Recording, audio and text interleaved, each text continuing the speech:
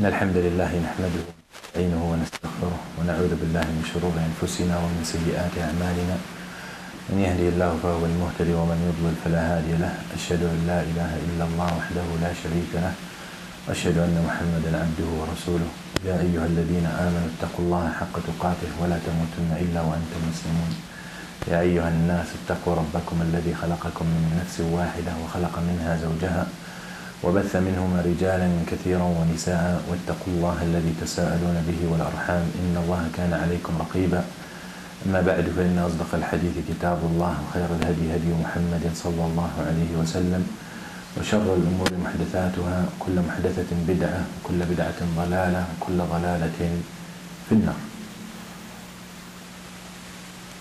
Just before I came, I got an email, well, maybe some of you did get it too, about they're planning on September 11, 2010, somewhere in Gainesville, International Day or something, National Day of Burning the Quran.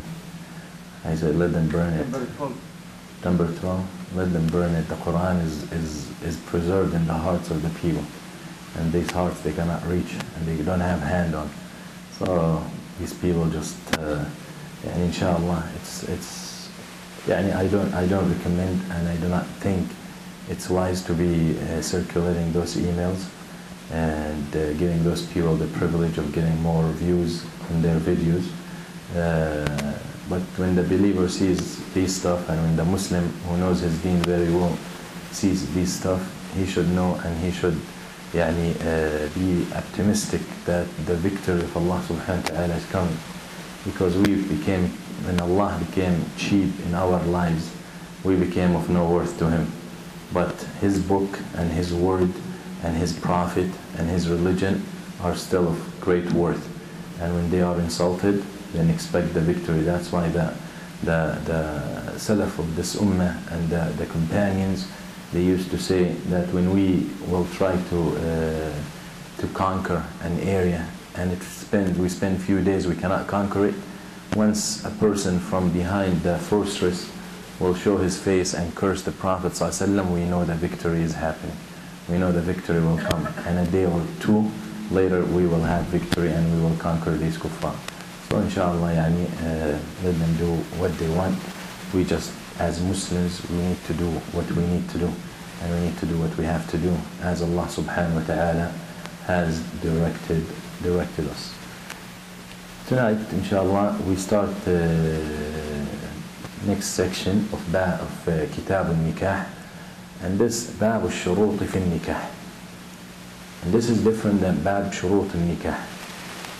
When we talked about Shurut al-Nikah, and today we talk about Shurut fi al-Nikah. The first part we talked about Shurut al-Nikah, that is the Mahr and the Wali and all that, the Ijab and Qubul. Those are the conditions of a valid marriage contract that need to be provided. But tonight we're talking about Shurut fi al-Nikah. These are the conditions that are set forth by the people who are involved in the contract. In other words, I'm getting married, I put a condition on my wife that I'll marry you under this condition. You expect you to do this, for example. Or she says, I want this condition. And we will mention a lot of examples, but that is the difference between tonight's and the previous lecture. Those were the conditions and the prerequisite for a valid marriage contract. And today we're talking about the conditions within the contract. The wali, the bride, the groom, they said, I want to put a condition. Okay? She says, for example, my condition is I want to stay with my family. I want to live around them. I don't want you to take me to another country. I don't want to move some other state. That is a condition in the contract. Alright? So that's what we will talk about, and the ahkam and the rulings and how far can you go and what kind of conditions a woman or a man can put in the contract and what type of conditions they're not allowed, and we will see that, and also discuss some invalid marriages because of these conditions, some invalid marriages, inshallah. So it's a little long lecture, but inshallah we take advantage of the time. Alright, so we have an hour.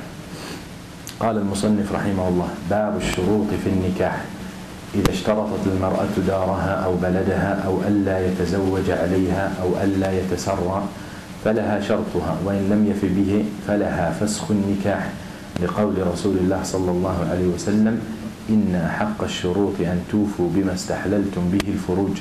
ونهى رسول الله صلى الله عليه وسلم عن نكاح المتعة، وهو أن يتزوجها لأجل معلوم، وإن شرط أن يطلقها في وقت لعينه لم يصح ذلك. ونهى عن الشغار، وهو أن يزوج الرجل امرأته على أن يزوجه ابنته ولا صداق بينهما. ولعن رسول الله صلى الله عليه وسلم المحلل والمحلل له، وهو أن يتزوج المطلقة ثلاثا ليحلها لمطلقها. طيب. So when we talk about the shurut in nikah, and when we talk about shurut fin nikah, they are obviously, as I already explained, they're different. But let's just very quick set the differences between those and those. First, شروط النكاح متوقف عليها صحة العقد وعدم فساده. The conditions that we have spoken before, those conditions determine if the contract is valid or not. So they have to exist for the contract to be valid. You understand? But as we will see with that, the conditions in the contract, that is not the case. Okay? Some conditions will invalidate, but their existence or their absence has nothing to do with the validity of the contract, of the marriage contract. You see that difference? والثاني أن شروط النكاح هي من وضع الخالق. شروط النكاح that we spoke about, المهر, the approval, the acceptance, الولي, these are rules set by Allah subhanahu wa ta'ala. These are conditions set by the Sharia, by Allah subhanahu wa ta'ala, by the Prophet sallallahu alaihi wasallam. But shurut fi nikah, the conditions in the contract, those are the choices of the people who are involved in the contract. So that is another difference. والمعتبر في الشروط في النكاح هو ما شرطه. So what is considered in the conditions in the contract, whose conditions are considered, are the conditions of the people involved in the contract. The conditions set by the husband, the wife, or her wali. But the condition of the neighbor of the wife has no validity, and who cares? So those are the people that set the wali and his daughter, or whoever muwakkilatu, and the groom, the person who is getting married. فالشرط المعتبر هو ما كان حال إبرام العقد. So now we are talking about when is the condition becomes valid. يعني when the condition in the contract should be taken into consideration. Is it if it's agreed on before the contract? Is it agreed on at the time of the contract? Or is it agreed on after the contract? So these are three periods of time where some guy proposes. So first there's engagement, for example. There's no contract and no marriage yet, no nikah contract yet. So he visits her, they talk, and they agree on something. She puts a condition on him during this period. That is before the contract. Then a month later they decide to get married. They get married, this condition is not even mentioned. So was this condition that she said a month ago while they were still engaged, is it valid or not? Also another situation, they come to do the marriage contract, nikah, and she said, I have a condition. Is this condition valid or not at that time? Or 2-3 years later after they get married, she puts a condition, or he puts a condition. Will that count and will that be valid? So these are three situations that we want to see what the ulama said from by the adilla, why and what is valid and what is not, what should be considered and what is not, what is legitimate and what is not. ذهب أبو العباس بن تيمية رحمه الله رواية عن الإمام أحمد: الشرط الذي هو قبل العقد في حكم الشرط المقترن بالعقد. there is a condition before the contract, before they do the contract, before the wali says, I marry you my daughter, and the groom says, I accept, before this takes place, let's say as the example I gave during the engagement, a month before the contract, one opinion said that the condition that is agreed on before the contract is equal in validity to the conditions that is mentioned at the time of the contract. Now a condition, when they come to do a contract and she said or he says, I have a condition, no one disagrees that this condition needs to be considered at the time of the contract.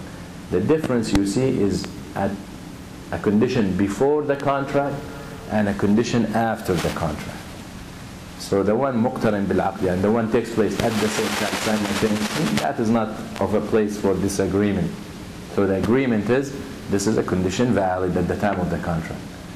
So with the condition set, agreed on before the contract, whatever period of time before, two opinions. One opinion said, and that's the opinion of Imam Ahmad, Riwayah, and the opinion of Shaykh al-Islam Ibn Taymiyyah, that it's valid as if it took place at the time of the contract. Because maybe this person who put forth the condition decided to go along with the marriage because the other party or the other side said, I will agree on this condition. So they did not see there is a need to mention it at the time of the contract. You understand? So that is an opinion. The other opinion, that is a condition in the contract should take place at the time of the contract. And that is the opinion of al-Jumhur. But and that it's very important to see the difference between this and that.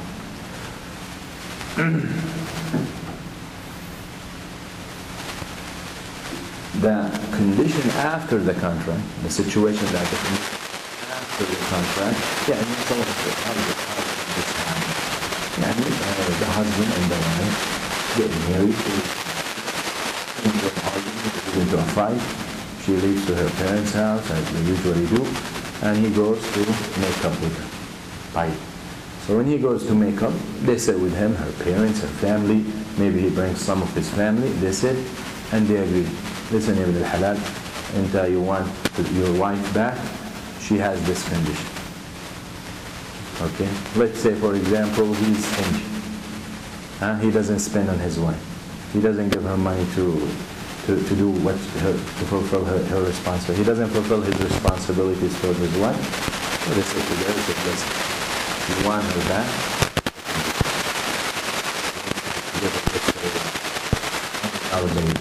To take care of the issues of the house. Alright? For example.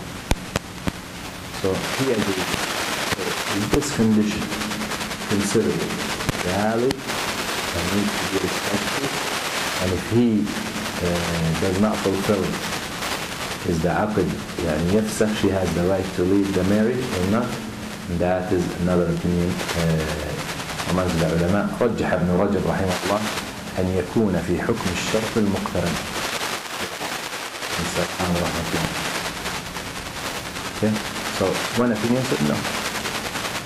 Another opinion, which is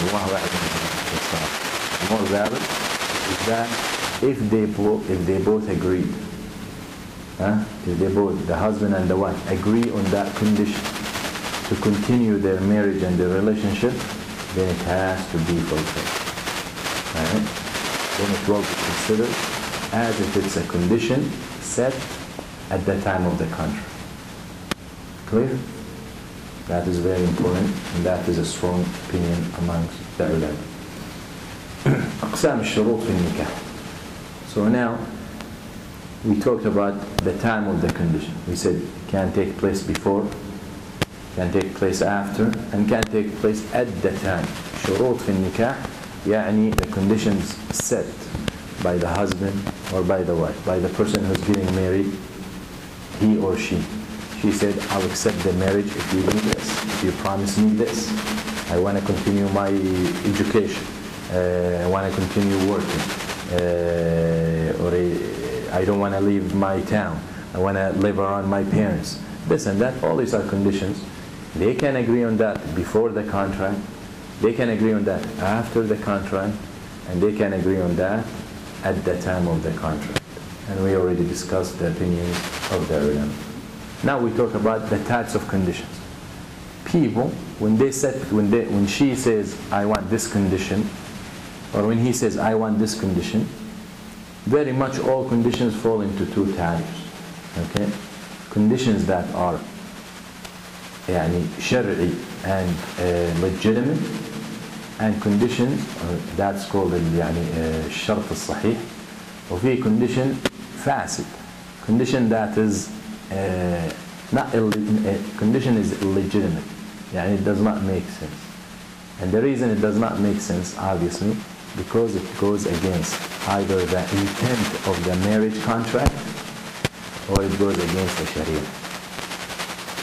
Clear? And we will discuss that as well. So الشرط الصحيح, يعني the ulama, when they say الشرط الصحيح, that's the first type, the valid condition. شرط, sound, valid conditions. الشرط الصحيح عرفوا كل شرط ليس بمحرم. كل شرط ليس بمحرم ولا يستلزم التحريم ولا يخالف مقصود العقد ولا مقصود الشارع. So these are four conditions for the condition. Those are four conditions for a condition in the contract or marriage contract to be valid. It has to meet, or it has to meet four conditions, or it has to be free from four things. First, it's not muharram.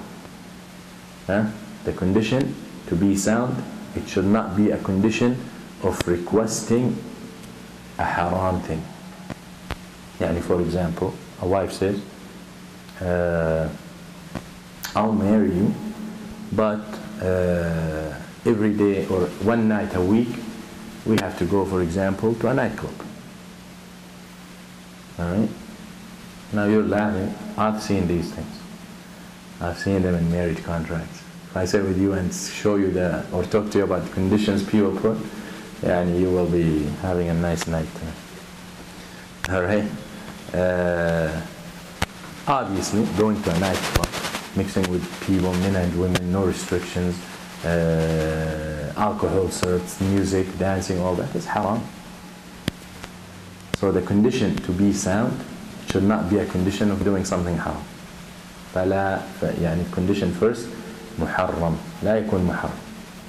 Okay.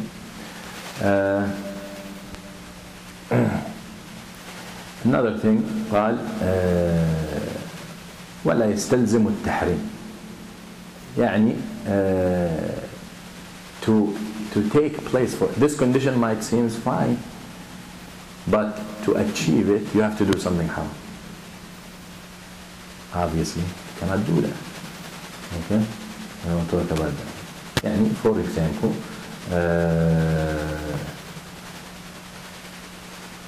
a woman says, you want to marry me, you have to divorce your first wife.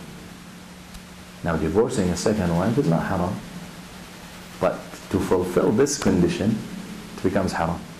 So for him to be able to fulfill this condition and establish injustice against this first woman, haram, as we will say. So this will be shart fasid.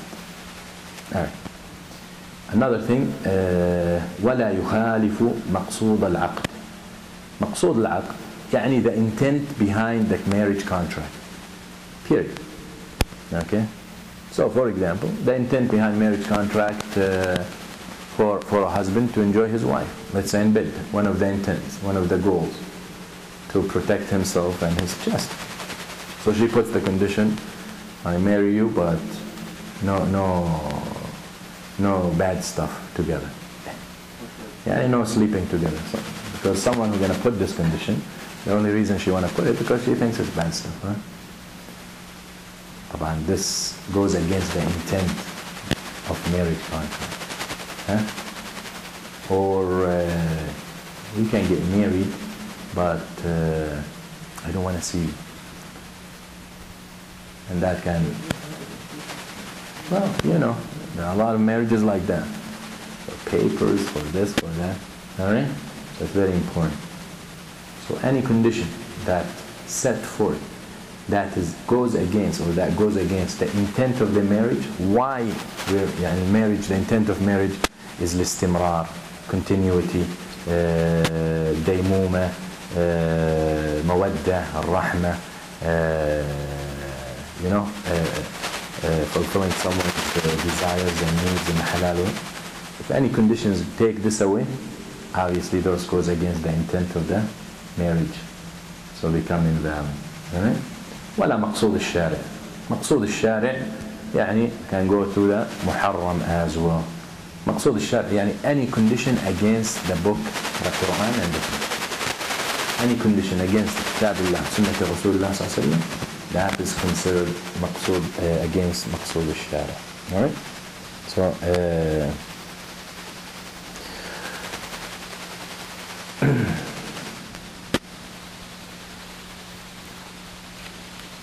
طيب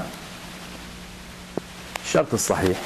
Now if a condition that is set for and everyone agreed on and it goes in agreement with the Sharia, so it's not haram, it's not this, it's not that, it becomes required. حكمه الوفاء. So what is the حكم? يعني if the wife at the time of the contract says, I want this condition, I want to live around like in my parents' neighborhood, and he says okay, he agrees. So what is the hukum of this condition? Is he obligated, after they establish the contract, is he obligated to fulfill it? Is he recommended to fulfill it, or he has the choice? And okay, حكمه حكم الوفاء به. The hukum is he has to fulfill the condition. He must. Okay, he has no choice. He's obligated to fulfill this condition. If he agrees on a condition that is sound, then he has no choice but to fulfill it. Okay? يا أيها الذين آمنوا أوفوا بالعقود. والعقود, Allah says in the ayah, O you who believe, fulfill your contracts. والشروط, يعني the conditions, take the level of the contract. Each condition that you have with someone, by itself, it can be considered a contract. So you're required. So this ayah does not only refer, don't say, oh, this talks about contracts, it does not talk about conditions. No. The uqud and shurut fall at the level of the contract and the hukum. والشروط في حكم العقود. Alright? قال إمام أحمد والشافعي as well. القسم الثاني الشروط الفاسدة. Now the Prophet ﷺ said, إن حق الشروط أن توفوا بها ما استحللتم به الفروج. يعني the Prophet ﷺ said, if there are conditions that you should fulfill, the ones that makes you or gives you the right to sleep with a woman in a halal, يعني conditions of marriage, those are the most conditions that should be fulfilled. Okay, so very important. Okay, إن حق الشروط أن توفوا بها ما استحللتم به الفروج. So once you set a condition forth, so you can marry a woman and be able to have intercourse with her and enjoy her, such condition is solid, very heavy, very serious conditions need to be fulfilled. Very clear from the hadith of the Prophet ﷺ. That's why these conditions حكمها الوفاء بها must be fulfilled. القسم الثاني الشروط الفاسدة. Now we are talking about شروط الفاسد. The second type of شروط, we said the sound conditions, that 1, 2, 3, 4. Now we're talking about the invalid conditions. Okay, يعني conditions that should not be placed in the contract. Okay, and will invalidate sometimes the contract itself. كل شرط خالف كتاب الله, يعني you take the opposite of what you said. كل شرط خالف كتاب الله وسنة رسول الله, خلاص, this condition is fasid and invalid. Any condition that goes against the book of Allah, goes against the sunnah of the Prophet ﷺ, is obviously a condition that is invalid and should not take place. Clear? And we'll give examples like that, and he rahimahullah gave some examples as we will go when we reach that level, but here we're still establishing the foundation. some of the ulama divided shart al-fasid into two types. They divided the invalid condition into two types. They said one type dhimni and one type sarih. Said some conditions are clear, obvious, they're fasid. They are conditions that are invalid, they're clear. And some are dhimni, يعني indirectly, but they should take place as if they are invalid. Okay, يعني for example, they give an example. You come to a town to get married, and it's known that people who come from certain area to certain area in certain season, when they want to marry a woman, they just want her to marry her for that period, for 3 months, for the summer. And you know this takes place. So when this becomes the habit, and someone comes from A country to B country in the summer, and he comes to a town and he wants to marry a girl he never met. It's known for this town that there are people who come every year from A country to get married, enjoy the women, and then after 3 months leave them, divorce them, and go back to their country. This is when he comes and he says, I want to marry her, he doesn't say anything. So it seems in the beginning that it's a valid contract. But we know the habit that when people in this country comes to this country during this season, they just marry just as if it's mutah. Wal-'iyadu billah. So this is dhimni. This is shart fasid dhimni. This condition is invalid just by the experience. It wasn't set straight. He did not say, this is what I'm going to do. So such marriage is invalid. Clear? So don't say, I didn't know, when your neighbor and your cousin and your uncle and your brother went through the same situation with their daughters, with marrying people from country A. Don't say, I did not know, or he seemed to be a nice guy. Alright? So unless you are 100% sure you won't do that, then obviously this contract should not take place, and you should not allow it. Even the shuyukh and the ma'dunin who conduct the marriages in these areas should not conduct such marriages. Okay.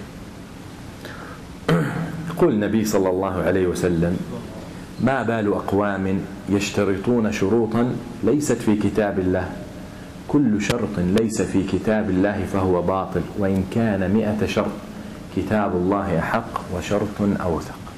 Now, this hadith is understood in two different ways. The Prophet ﷺ saying, what's the deal? Yani what's wrong with some people who are putting forth conditions that are not in the book of Allah? Okay? Such conditions are invalid even if they are 100 conditions. Now, the understanding of this hadith is significant because it depends on the way what understanding we adopt is the way we're going to follow or continue with this lecture. One understanding is, they said, if the condition that is set, according to this hadith, if we don't find similar condition in the book of Allah or the sunnah of the Prophet ﷺ, then this condition is invalid. So for example, a woman, to their opinion, a woman who tells her husband, I want to stay in my hometown. You marry me, I'm not moving.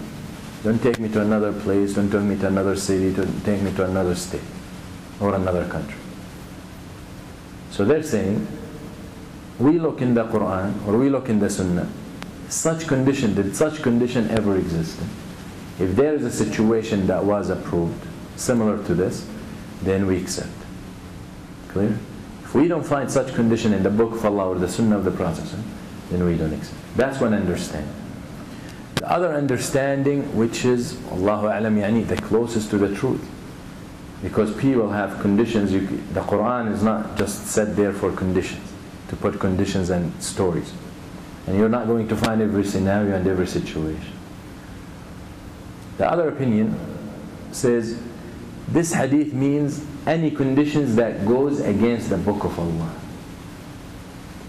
then should not be fulfilled, and it's invalid even if it's 100 conditions. And that is the sound and more correct opinion. If the condition goes against the kitab or the sunnah, then obviously is invalid. But if there is no support for it in the Quran and the sunnah, this is mu'amala between the people. Marriage is mu'amalat, is transactions. And usually mu'amalat are يعني فيها الحل, unless there is dalil says this transaction is haram. But usually the general rule when people interact with each other, everything is halal unless there is a dalil that says such transaction is haram. Okay, selling and buying, all of it is halal. All types of selling and buying are halal, unless there is dalil makes certain transactions haram. All right. So unless there is a dalil that will say this condition is haram, then we're gonna leave it as the general rule. It's mubah. Clear? And that's the understanding of the hadith, that any condition against the book of Allah obviously should be rejected and is invalid. Okay, the shurut al-fasida, the invalid conditions, as I said, some of them will invalidate the contract itself. Some of them will not. But some of them will invalidate the contract itself. Why? Because it goes against the intent of the marriage contract, or it goes against the intent of the Sharia. يعني, as the example I give, a man wants to marry a second wife. She tells him, that's fine, but my condition is to divorce your first wife. This condition is haram. Okay, this condition is haram. And the reason it's haram, because a Muslim is not allowed to cause harm to another Muslim. Okay, so she's causing harm to this, and she's putting herself before her sister. So such condition is haram. And also when he goes to divorce his wife without any reason, that's oppression. يعني. يقول المؤلف, now we go back to what he said. إذا اشترطت المرأة دارها أو بلدها. A woman wants to get married, or a guy wants to marry a woman. She said, I stay in my home, or I stay in my town. Is this a valid condition or invalid? Is it a sound condition or not? Does it go against anything in the Quran or the Sunnah? It doesn't. So such condition obviously is sound condition and valid. And the husband, if he agrees on it and he proceeds with the marriage contract, then he has to respect this condition. Now when we say this condition, that does not mean they both can agree, you know what, let's move. Okay? But she has to waive her rights with the condition. Okay? When we say condition, that does not mean they're stuck in that condition. No. But she is entitled, she has the right. If he decides to move, she tells him, okay, let's move. She has that right. And if he moves, then she has the right to leave him. He says, we're moving. I don't care what you say, we're moving. She has that privilege. With this condition, she has the privilege to say, I don't want you, I don't want to, and she leaves the marriage. Done. She's free. Alright? Very clear. That is the importance of a condition. رجلا ذكر البيهقي رجلا تزوج امرأة على ألا يسافر بها في عهد عمر بن الخطاب فتزوجها على ذلك فلما تزوج أراد أن يسافر بها فأبت عليه فأكرهها في ذلك فتقاضيا عند عمر بن الخطاب رضي الله عنه أمير المؤمنين فقال عمر لها شرطها قال الأعرابي الله أكبر إذا لا تشاء امرأة أن تطلق نفسها إلا اشترطها. So two women, or a man and a husband and wife, when they got married, she put a condition that I don't leave home. I'm going to stay where you cannot take me somewhere else. He said okay. Later on during the marriage, he wanted to move. She said no, my condition is we don't move. So he forced her. So she took him to Umar, the Khalif, Qadi, to judge between them.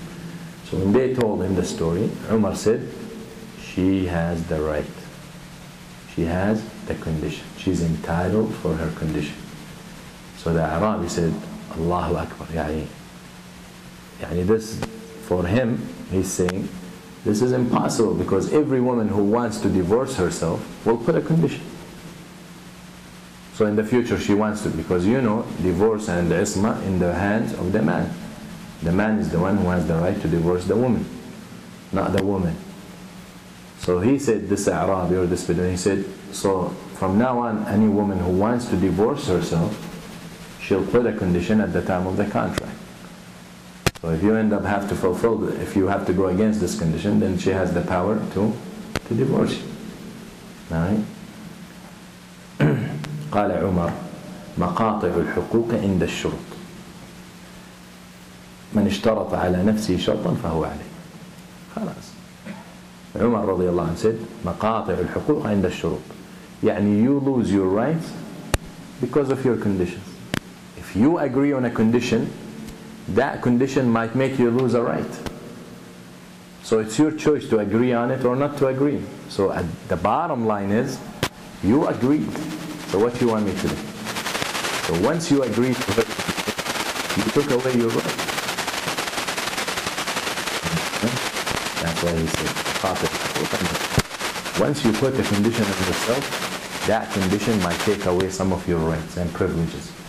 But once you agree on it, that's it. You agreed to lose that right. So as you see, this is a agreed that a woman, if she puts a condition like that, has to be fulfilled. If the husband goes and breaks the condition or breaks this agreement, then she has the right to leave. يقول أو ألا يتزوج عليها. This is very important, sensitive issue. A condition that you do not marry another one.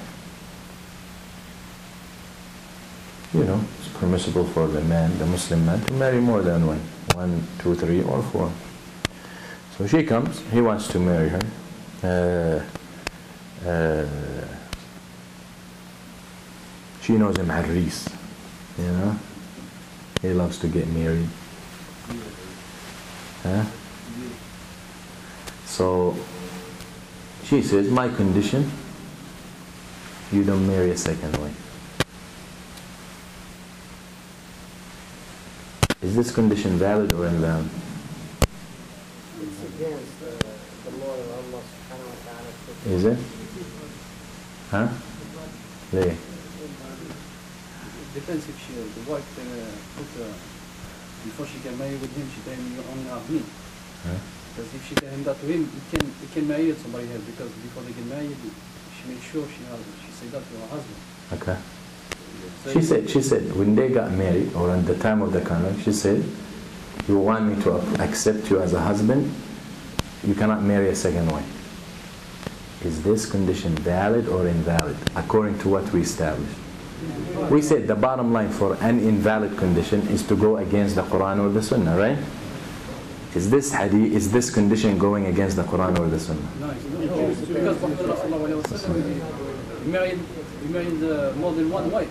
So it's not haram to marry more than one. No, I'm saying the condition. The condition is, no, it's not good if he can marry another one, because... So you're saying it's no good? Yeah. طيب. يلا إن شاء الله معنا. She could ask تسريحا بإحسان. طيب ما هذا تصريح الإحسان؟ ما هي, if he invalidates the condition, then she can leave without him allowing her to leave. It's waiving his right. Huh? Who's waiving his right? No, we're talking about the condition. Yeah, it's valid because, let's say... So a woman's put a condition that, you know what, I do whatever I want. He has the right to order her to do what he wants. So we cannot say, then he's waiving his right. That's a valid condition. He's waiving his right to marry a second wife. Okay. Now my question is specific. You guys is like going around the bush. Is this contract against Quran and Sunnah or it's not? This condition. So you not? You change your mind now. Because I was going to understand very well the question. It's not. So who says it's against the Quran and the Sunnah? So now you don't approve this condition.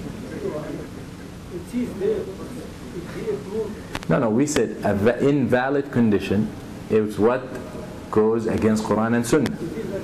So is this against Quran and Sunnah? No. So those who say yes, it's against, that means it's invalid. That the woman does not have the right to put that condition. Those who said no, it's not, that means this condition is valid. Yeah. Right. Like those who said it's not against the Quran and Sunnah. So how you explain? Well, because the idea is the married 1, 2, 3, or 4 is a choice. Ahsant. It's not a command, a required command. Allah ta'alik. That's the right thing. Marrying a second or a third or a wife, huh? فَمَا طَابَ لَكُمْ. Allah says, فَمَا طَابَ لَكُمْ, يعني whatever you like. If you like to marry, then go for it. So it's a matter of choice. So that Muslim is not obligated to marry a second wife. Okay? So here she's telling him, I don't want you to use that choice, to practice that choice. But if Allah said you're obligated as a Muslim man to marry a second wife, then this condition will become invalid. But as long as marrying a second wife and a third and a fourth is a choice, he's not obligated, and if he doesn't do it, he's not athim and he's not sinful, then she has the right. So such condition is valid. Now some of the ulama said it's not. And why? They said, obviously, it's against the recommendation of Allah. But now there's a difference here. We're saying clearly when it's against the order of Allah. Allah gave you an option. Okay? So for example, Allah gave you the option to eat, let's say, not directly, let's say to eat figs. والتين والزيتون. Yeah? Now if your wife says, I hate figs, my condition is you don't bring figs into my house. Is this valid or invalid? It's valid. Because you're not obligated to eat figs or to bring it into her house. The same thing with a wife. Of course, yani, just comparison, it's not like I'm comparing a wife to a fig, but just like an example to make it clear. Alright? But that is the bottom line. Some of the ulama said it should not be done in this format.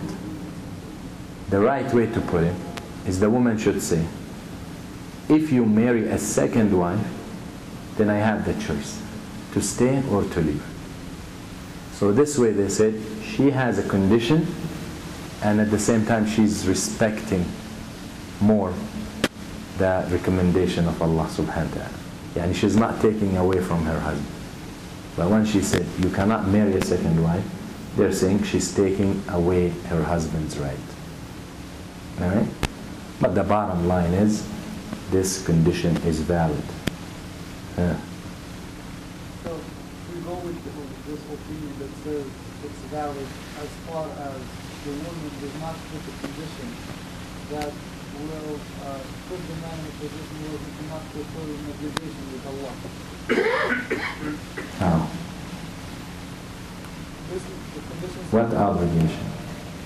For example, if a woman says that you can't pray salah if you want to marry me, then this is clear that this is valid. But what if she says, like, for example, well, if you cannot pray sunnah if you want to marry me, because he's still going to fulfill the hukuk of Allah, but it's an extreme request. Will it still make it valid, or because it's extremely invalid? Right. Well, I'm linking it to the example of they're married to the second time, yes, it's a sunnah, but Again, whatever is against the Quran and the Sunnah, that's the bottom line. Against Quran and Sunnah cannot be a condition. Okay? Now, a woman who gonna put a condition, you cannot pray Sunnah. This is a woman, you turn your back and walk away. What you gonna do with it? Today it's the Sunnah, tomorrow it's the Farz. Alright? So it's very important, to understand where you stand. Okay? A woman who's telling you my condition is not to pray. What kind of woman are you? We said the intent of marriage to have harmony and love and peace and closer to Allah. This woman obviously is not bringing that. Alright? Very important. But if we talk about qawa'id and rulings and ahkam, that applies to this. Okay? You're not, no one is obligated to pray the sunnah. But usually we pray to come closer to Allah, to make up for the shortcomings in the fariḍah. All these things. Okay? So it's very important. But the ahkam are ahkam. Okay? Yeah. If this person went on and married a second wife, he accepted that condition, he continued that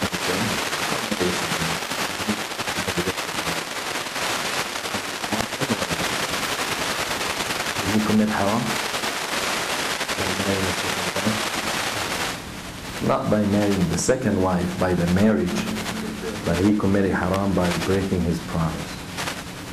Okay? Now when this takes place, then the first wife has the choice.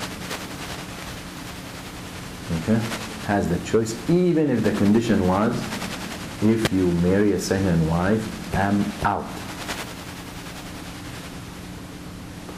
So the right opinion is, if he goes and marry a second wife, is she divorced immediately once he marries the second wife?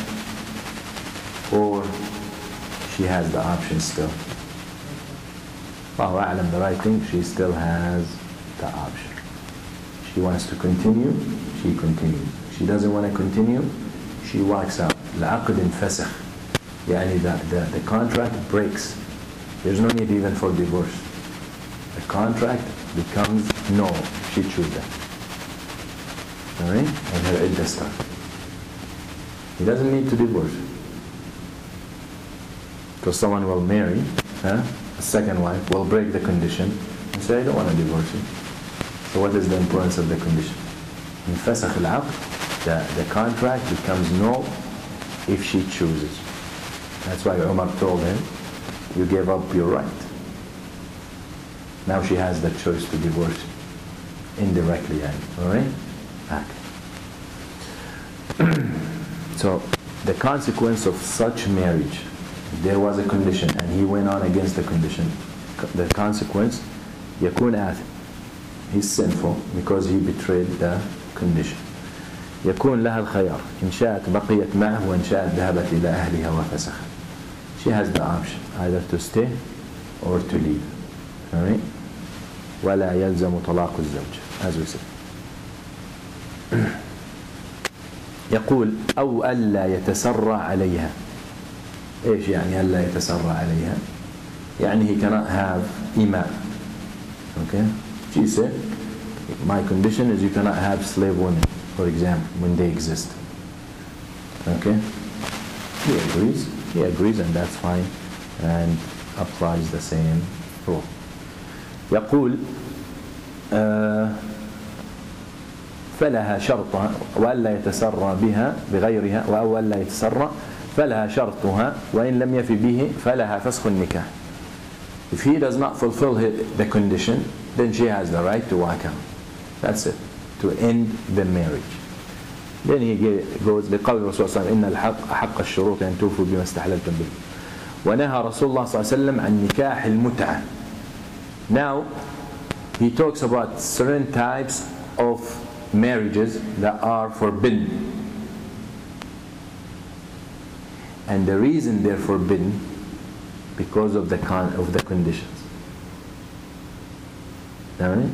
So the first thing he starts with, نهى النبي صلى الله عليه وسلم عن نكاح المتعة. متعة يعني they translate into English temporary marriage, but that is not the right translation. يعني زواج المتعة, it is temporary. It's one of the conditions actually to be temporary, but متعة means enjoyment. But the intent of the marriage itself is sexual enjoyment, period. That's why it's called زواج المتعة, for a certain time. and this is by the ijma' of this ummah, haram, Ahl al-Sunnah wal Jama'ah. Zawaj al-mut'ah is forbidden.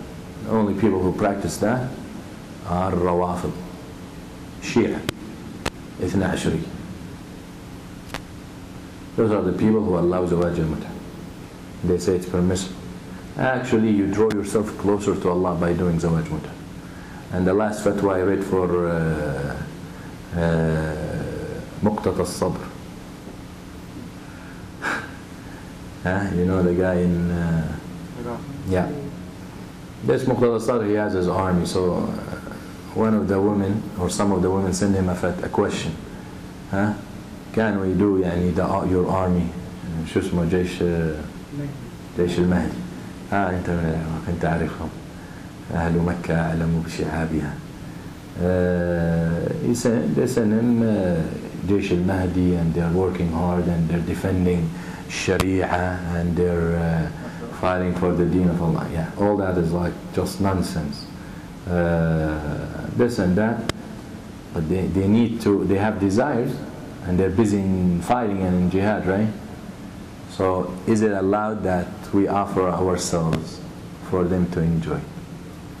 So he allowed Zawaj al-Mut'ah in groups. He said, in other words, I'm paraphrasing, that your guys doing great favor. You guys pleasing Allah subhanahu wa ta'ala. He's telling the women by offering your services to these soldiers. In jama'ah, in groups. But the funny thing in the fatwa, now he's saying in groups, the funny thing in the fatwa, look how shaitan يتخبط يعني. He said, but make sure when you guys do that, there are people guarding you, so no strangers will take a look. This is a fatwa signed by him and with his seal. We ask anyone who allows Zawaj al-Mut'ah. I will define. Let's just talk about what we mean by Zawaj al-Mut'ah. نكاح المتعة هو أن ينكح الرجل المرأة مدة مؤقتة على مال معين. That's the meaning of for a man to marry a woman for a specific period of time, for a specific amount of money or compensation. You know what that means? He'll come to her and he'll say, I want to marry you for 1 hour for $100. That's nikah al-mut'ah. That is nikah al-mut'ah. There is no other meaning. And she agrees. That's it. He spends an hour. Once the clock hits 60 minutes, it's haram for him to be with her.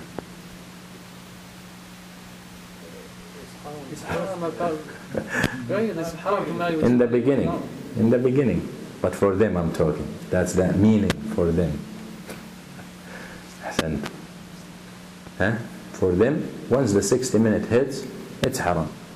But if you want to extend, you can just do a contract right on the spot. And you're not done yet. Listen, another hour. No. Allah. These things are in their books. I have one question. I have one question to anyone who allows nikah al-mut'ah.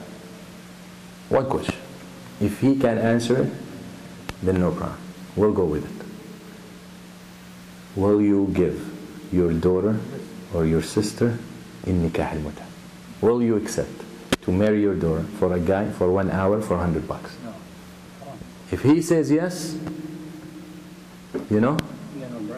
those who allow, who give this fatwa, will you do that? We ask you, those who give the fatwa, these fatwa.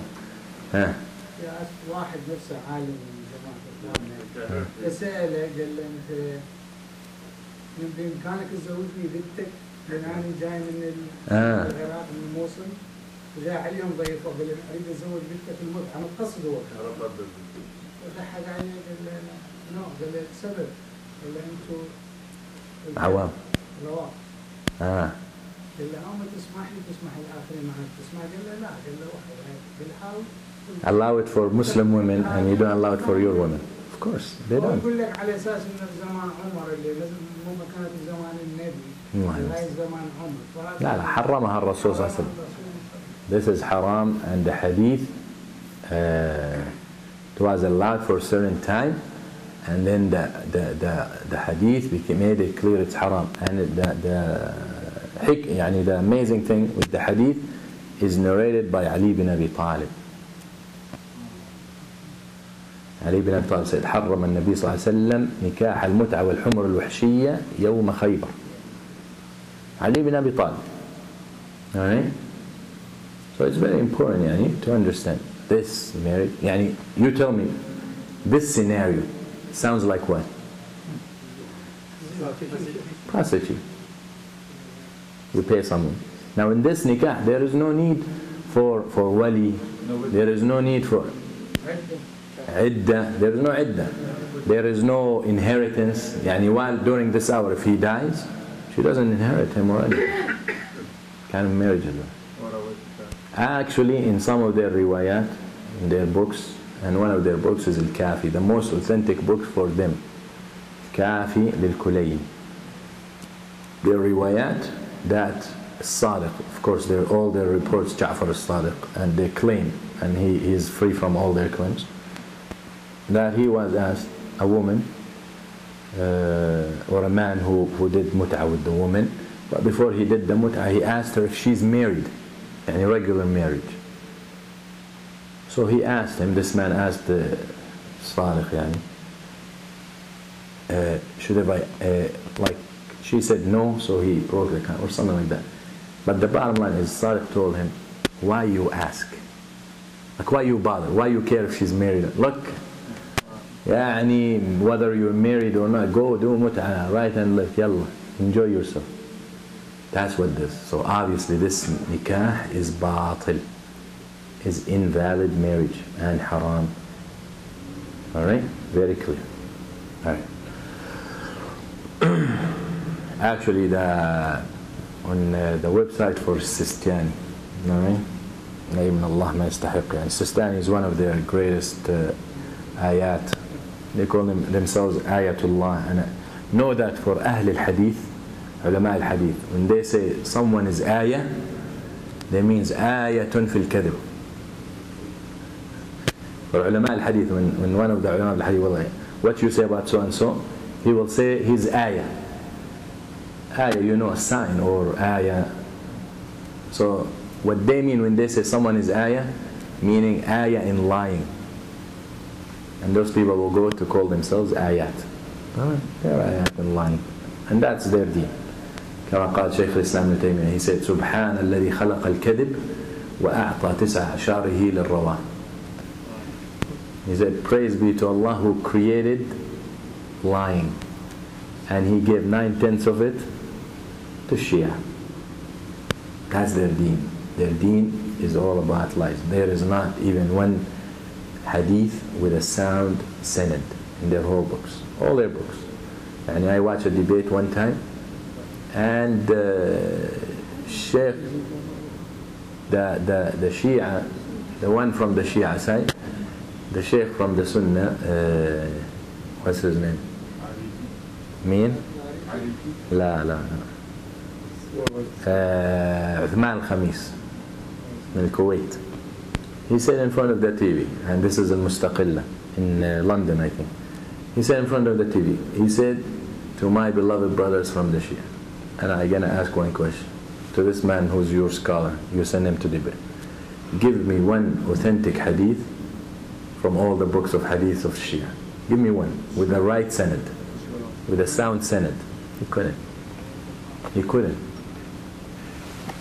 Alright? Because the way they collected hadith is completely different than how the Sunnah. The way they collect the hadith from the Imam. And it happens, their Imams, the Imam, his son becomes the next Imam. So one time one of their Imams, I forgot the name, he did not have kids. And he died. And they were in high spice. What are we going to do? The Imams. So someone showed up at their door, and he said, he has a son, but he's hiding. And I'm the connection between you and him. So whatever questions you want to ask, they'll send him the questions. And of course with this question, there is a little fee. And this is what they call sukuk, huh? لا مش sukuk al-ghufran. Alright? They're right on whatever pieces of paper. And with this man, they'll put some money and they'll send it to them. So he'll go to this made-up person, the next imam, and he'll get the answers and come back. So when the father, the one who connecting between the imam and the people, died, his son took over. And that is where most or a lot of the hadiths, that the references of the Shia come from these sukuk. That is where most of their deen comes from, someone who no one knows. But that's it, because someone said he has imam, he's an imam, and no one, people did not even meet. Right? So very important, to be aware. And this deen is made up anyway. Time of Ali bin Abi Talib, they give the loyalty to Ali bin Abi Talib, and هو بريء منهم. The Abdullah bin Saba al-Yahudi, someone might ask, where did this start, Shia? Abdullah bin Saba al-Yahudi convinced a group of people that Ali is Allah. And they came to Ali radiallahu anhu and they told him, Anta huwa. They call him Saba'iyya. They told him, Anta huwa, you are him. He said, who? They said, you are him. Who? They said, Allah. So Ali bin Abi Talib told him otherwise, and he said, if you don't change what you're saying, I'll kill him. That's kufr. They insist. Look, Ali bin Abi Talib himself telling them, I'm not. And they yet insist. So he dig trenches and he lit fire on and he burned them in it. فلما رأيت الأمر أمرا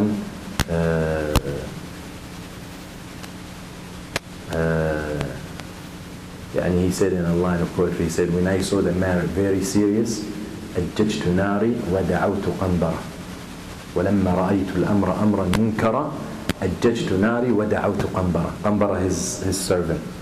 When I saw it's so serious, too much munkar, I lit my fire and I called قنبرة to help me. And he burned him. قال ابن عباس رضي الله عنه لو كنت مكانه لقتلتهم ولكن ليس بالنار فإني سمعت النبي صلى الله عليه وسلم يقول لا يعذب بالنار إلا رب النار. Ali ibn Abbas said, if I was in his shoes, I would have killed him as well, but not with the fire, because I heard the Messenger saying, Allah is the only one who punishes with fire is the Lord of the fire. Right? But that is started right there at the time of Ali bin Abi Talib. Alright. So this is زواج المتعة. نهى رسول الله صلى الله عليه وسلم عن نكاح المتعة وهو أن يتزوجها لأجل معلوم. So if someone marries a woman for a certain period of time, right away the marriage becomes invalid. If he tells her, I marry you for a year, I'll marry you for 2 years, that makes the marriage invalid. Period. Okay? And we'll talk about زواج المسيار and the difference between this and that. As I mentioned before, the habit, if in a town, people come, students from different countries, they come to a town, and becomes known to the people that students from certain areas in the world, when they come to study, they study for 4 years and they leave. And it becomes the habit that they marry a woman for 4 years to protect themselves, and before they leave, they divorce her and leave. Okay? If this becomes the urf and becomes the habit and becomes what people are so accustomed to, then obviously such marriage should not be conducted. Okay? And we will talk about getting married with the intention of divorce. That's another type of marriage that should be clarified and should be discussed. Because some men will marry a woman with the intention, I'll marry her, and once I get my green card, I'll divorce her. But she does not know. There are marriages, it's the deal, the agreement. Listen, you give me $10,000, I say you're my husband, we get married, I get you paper, then we leave. The second type is he'll marry a woman and making her think that he wants to marry her to live with her. But in his intent that I'm going to get my papers and leave. I was ask you something. Because it's haram to marry with somebody who doesn't sleep with me. I'm going to explain my situation. You know, But that means that. an example. You know, I'm coming to my country, I'm coming here, you know, and I find a woman to marry me. You know, for me, I don't want to sleep with this woman, I just want to get married with her, but she's not haram because I don't do nothing with her. I'm not asking you if that's haram. You're in love with her? No, man. Why you want to marry her? I'm married, I have a situation with her, you know, like example, I meet a woman, she's American, I say to her, I want to marry you with him, she's not Muslim. Okay. So for me, you know, I'm still doing my salat and everything, I don't sleep with her. This is, You don't sleep with, you met her but you do not sleep with her. And you want to marry her. yeah, this is haram. Oh, well, we talked about that last time. But, huh?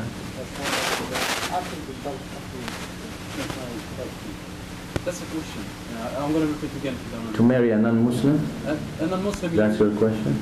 No. My question is, ما بصير for paper. you know, my woman is a picture.